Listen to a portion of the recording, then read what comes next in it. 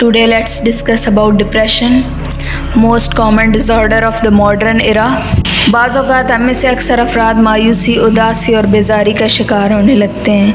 عمومی طور پر یہ علامات 1 سے 2 ہفتے کے اندر ٹھیک ہو جاتی ہیں اور ہماری لائف واپس نارمل ہو جاتی ہے۔ اداسی کی بہت ساری وجہ ہوتی ہیں، کبھی کبھار بغیر کسی وجہ کے بھی مایوسی یا اداسی ہو سکتی ہے۔ زیادہ تر کیسز میں ہم خود ہی اس مایوسی کا مقابلہ کر لیتے ہیں، ہفتوں جاری رہے اور پھر بھی ختم نہ ہو اور اس قدر شدید ہو کہ زندگی کے روزمرہ کے معمولات متاثر ہونے لگیں، تو پھر ہم اس کو عام بیماری نہیں سمجھنا چاہیے، پھر یہ ڈپریشن کی علامت ہے۔ ڈپریشن کا شمار عام بیماریوں میں کیا جاتا ہے۔ عالمی ادارہ صحت کے مطابق اس وقت دنیا میں ڈپریشن کے 280 ملین مریض ہیں، جبکہ پاکستان جیسے ترقی پذیر ممالک میں مجموعی آبادی کا 10 سے 14% حصہ ڈپریشن کا شکار ہوتا ہے۔ ڈپریشن سے بچا کیسے جا سکتا ہے؟ ماہر نفسیات کے مطابق ڈپریشن کسی کو بھی ہو سکتا ہے۔ آپ اداس ہیں، آپ کا دل روزمرہ کے کاموں میں نہیں لگتا، مایوسی، گھبراہٹ، بے چینی محسوس ہوتی ہے، تو یہ امکان ہے کہ آپ ڈپریشن کا شکار ہیں۔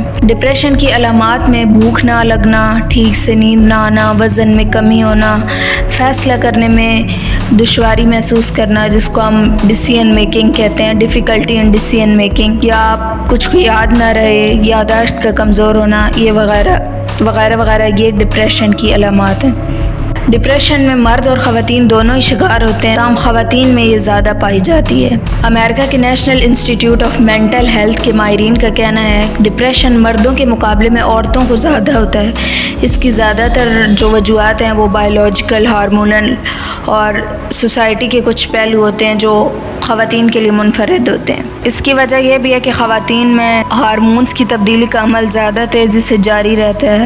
ایک ماں بننے کے بعد عورت اس قسم کے ڈپریشن سے گزرتی ہے جس سے مردوں کا دور تک کوئی واسطہ نہیں ہوتا۔ بچے کی پیدائش کے بعد اکثر ماؤں کو پوسٹ مارٹم ڈپریشن کا سامنا کرنا پڑتا ہے اور کچھ ماؤں میں یہ ڈپریشن خطرناک حد تک بڑھ جاتا ہے۔ تھیراپی اور ماہر نفسیات سے مشورہ لینا بھی ایک اثر انگیز طریقہ ہے، خاص طور پر جب کوگنیٹو بیہیویئرل تھیراپی میں گفتگو کے ذریعے سوچ و خیالات کا زاویہ تبدیل کیا جا سکتا ہے۔ اب ہم کچھ ایسی ایکسرسائزز ڈپریشن دور کرنے کی مشقیں ڈسکس کریں گے جن سے اس پر قابو پایا جا سکتا ہے۔ سائنٹسٹ کی ایک تحقیق کے مطابق ہفتے میں 3 مرتبہ ورزش کرنے سے ڈپریشن میں 16% تک کمی آ جاتی ہے۔ ڈپریشن ہونے کی صورت میں فرش پر سیدھے بیٹھ جائیں اور اپنی ٹانگیں کراس کر لیں، یا پھر کسی کرسی پر بنا ٹیک لگائے سیدھے بیٹھ جائیں اور آپ کے پاؤں فرش پر ٹکے ہوں۔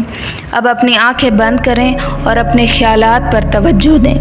سانس کو روانی سے آنے جانے دیں۔ دھیان بھٹکنے لگے تو واپس انہی خیالات پر واپس آئیں جو تھوڑی دیر پہلے آپ کے ذہن میں موجود تھے۔ آہستہ آہستہ اپنے دماغ سے خیالات کو نکالنے کی کوشش کریں۔ یہ پروسیجر ہر روز 10 منٹ کے لیے کریں۔ اگر آپ کا ڈپریشن اتنا سیویئر ہے جس سے آپ کے روزمرہ معمولات متاثر ہو رہے ہیں تو آپ کو کسی جنرل فزیشین، ماہر نفسیات، سائیکالوجسٹ، سائیکیٹرسٹ یا تھراپسٹ کی مدد لینی چاہیے۔ سائیکالوجسٹ عام طور پر سائیکو تھراپی، کاؤنسلنگ یا سائیکولوجیکل سیشن سے علاج کرتا ہے، جبکہ سائیکیٹرسٹ کچھ مخصوص ٹیسٹ کروانے کے بعد دوائی تشخیص کرتا ہے۔